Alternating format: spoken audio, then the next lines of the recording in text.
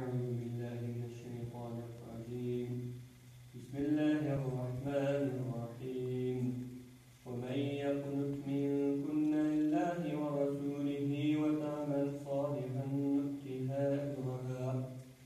نؤتها أجرها مرتين وأعتدنا لها رزقا كريما.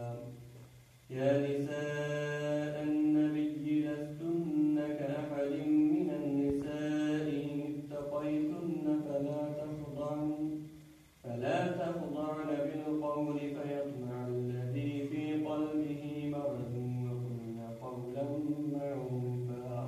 فما كان لمؤمن ولا مؤمنة إذا قضى الله ورسوله أمرا أن يكون لهم الخيرة من أمرهم ومن يعص الله ورسوله فقد ضل ضلالا مبينا.